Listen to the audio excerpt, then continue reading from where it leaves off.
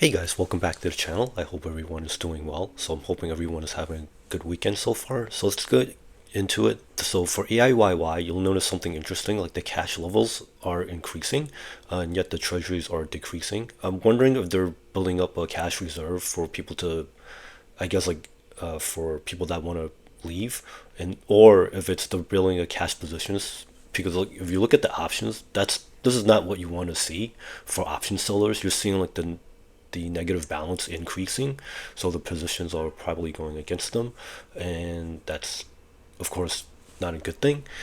So we'll just have to see.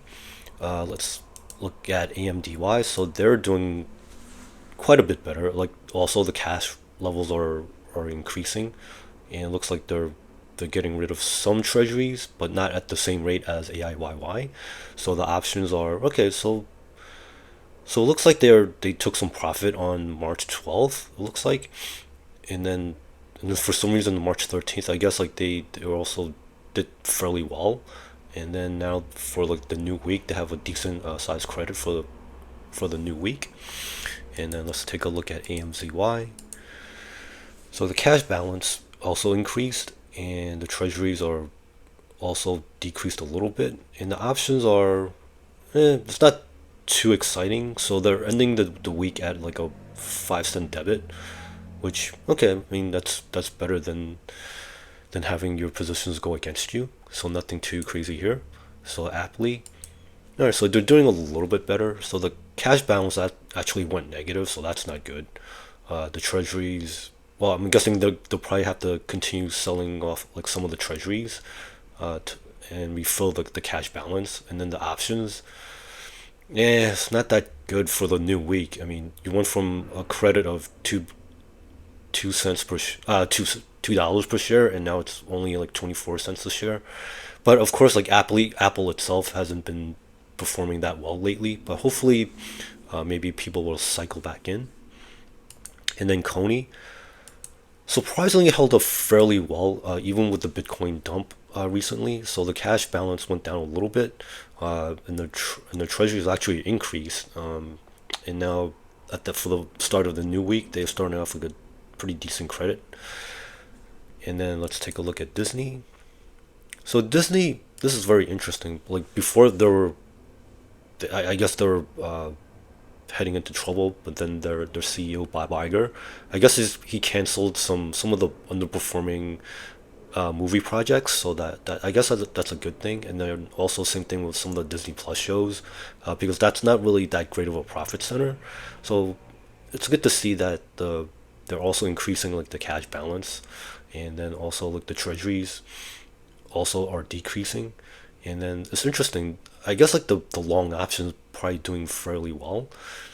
It started off at like a a penny credit, and now they're up to like 52 cents to start the new week. So let's take a look at Phoebe. So Meta, I didn't notice any crazy news. And then the cash, okay, so cash increase, same thing. They also had a treasury decrease, and then the options are it's pretty decent credit, 91 cents for the new week. And then let's take a look at GOOY. So the cash, okay, so also a good thing, like the cash position is increasing, although it's probably at the expense of like the treasuries. So let's see, like the options went from a $1.8 credit all the way to a 75 cent debit. Okay, so let's hope they continue doing well, because like I guess like they're trying to recover from the stumble from like their Gemini AI. So hopefully they'll continue performing. And then let's take a look at JPMO. Okay, so let's see the cash. Okay, that's a nice cash buildup. The treasuries went down, and then well, it's not that great of a debit, but okay, like 2 cents. But it's JP Morgan, so I'm not gonna get too excited about that. And then Moderna. So let's see. So 20. All right, so it's not too bad. Remain kind of flat, and then the cash position increased at the expense of treasuries, and then well, that's interesting. Like the options actually remain like flat week over week. So okay, well it's better than losing. So let's see Microsoft. Okay, they've been doing fairly well. So cash increase. at the expense of treasuries, and then the options. Okay, so nothing too crazy here. So they started 77 cents credit, and then now they're back up to like a 13-cent debit. So nothing too crazy here. Netflix, again, not like the most exciting one, like 37 cents. Okay, so they had a cash decrease, and then the treasuries increase, so that's pretty interesting. So then the options, again, nothing too exciting here. 34-cent credit, not gonna get excited. NVIDIA, even with like the recent, I guess like pullback, I mean, it's pretty healthy. Like the cash balance increased, the treasuries decreased, the options, well, it's like a small bump up to start the new week, so it's not too bad. And then, well, unfortunately, ARK is one of those that, I mean, it's obviously not heading in the right direction. Cash increase, and then, all right, the treasuries didn't go down too much, and then the options again, nothing too exciting here. So they're starting off the new week with 36 cents credit.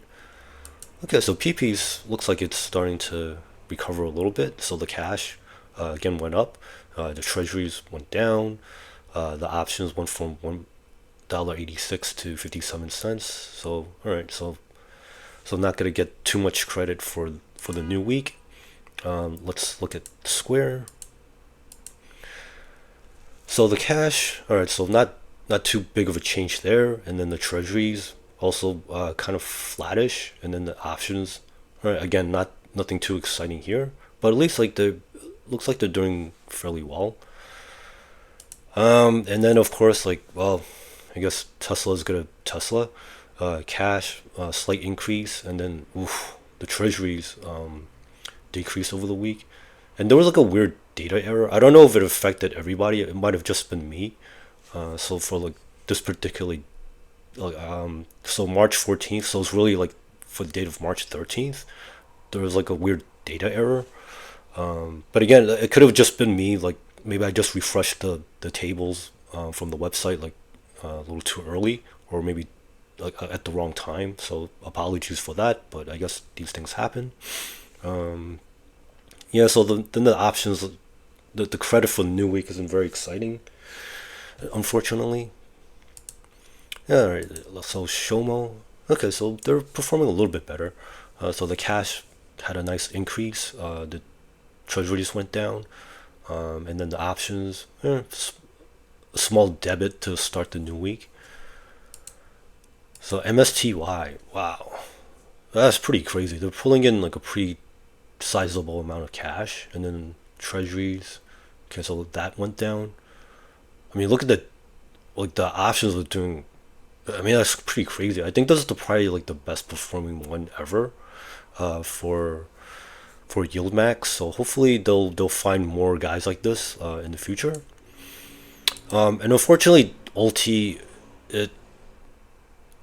I think for this week, I'll make an exception. I was gonna keep like more of the ULTY analysis to myself, but I think like because this one, to start off like a new fund at like a 10% loss is, that's not gonna make anyone feel good. But I'm hoping that they'll recover. So they had a few stumbles, but it's not totally their fault. I think it's a combination of just like some manager initial missteps, and then as usual you'll see like there's gonna be like the usual high yield tourists. They kind of jumped in without looking, and then unfortunately that causes the overall I guess like the yield impact is not positive. So anyway, this is a kind of like a dirty cut of what I normally do for myself. But just to kind of explain what happened. So initially, when the fund first started, like they had just like mostly like regular cover calls, but then over time, as you can see, they converted like a lot of the regular cover calls into synthetic cover calls, and unfortunately that caused a big mess.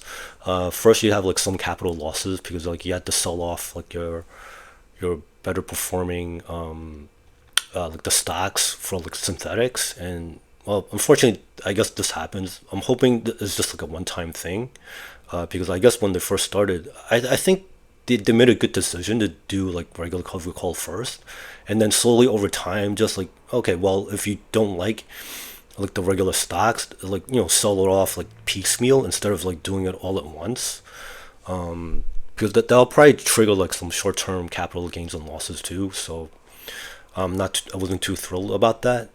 And then also like the some of the stock selection is a little bit iffy, but some of them I noticed like they're already cycled in and out. So I guess like true to their word, they're gonna do like synthetic cover calls, and then like I guess occasionally regular cover calls. I guess if it makes sense, like meaning they can capture either like a low cost basis or like a good yield, meaning like they have like juicy calls to sell. So usually like around earnings season, they'll probably like cycle in and out of like various names. Some of them are like for example Chewy. Like I wouldn't get too excited about it unless it's just like for earnings, or maybe there's like a special event and they're taking advantage of that situation. So that makes sense. So for example, like Chewy, I wouldn't keep around like as like a long term play.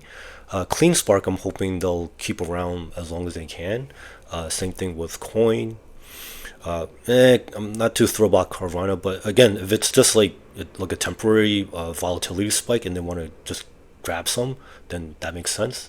So it looks like they did something similar with DWAC. So I think this is one of those SPACs, and it looks like they already got rid of it. So no harm, no foul. Hopefully they captured some credits from there. GigaCloud, Groupon, GitLab. I'm not too familiar with those names, but again, if it's just for temporary purposes, I'm fine with that.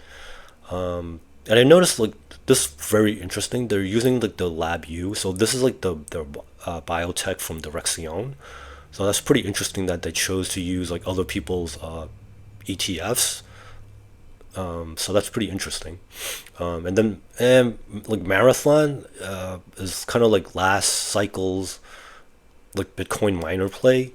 Again, if it's just like temporary, it's not a big deal. Madrigal, that was a pretty good pickup, because they had like the FDA approval recently, so that was a good job. MindMed, it's MindMed and like the marijuana stocks. I mean, that's not my thing, but again, if it's just like temporary, then that's fine.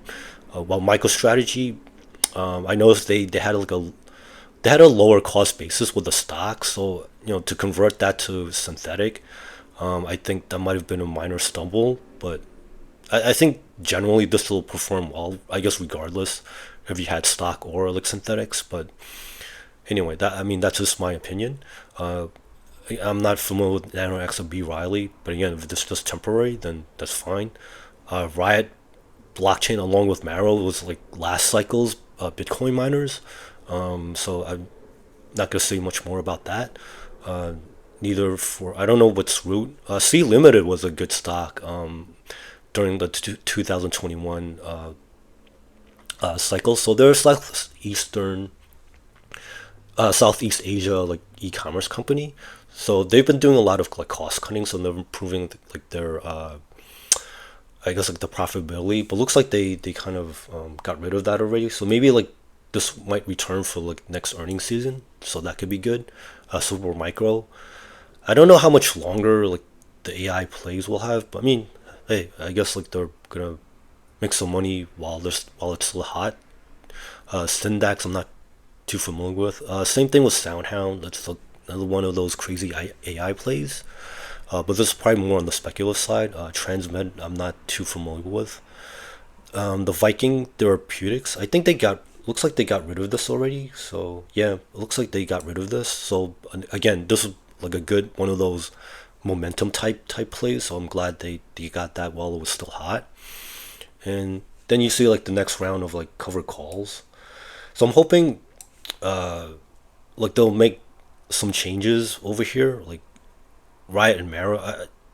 Well, I'm not gonna say too much more about that. I guess you guys know how I feel about these, because they're definitely better Bitcoin miners. Like I hope they keep Clean Spark and MicroStrategy while it's still hot.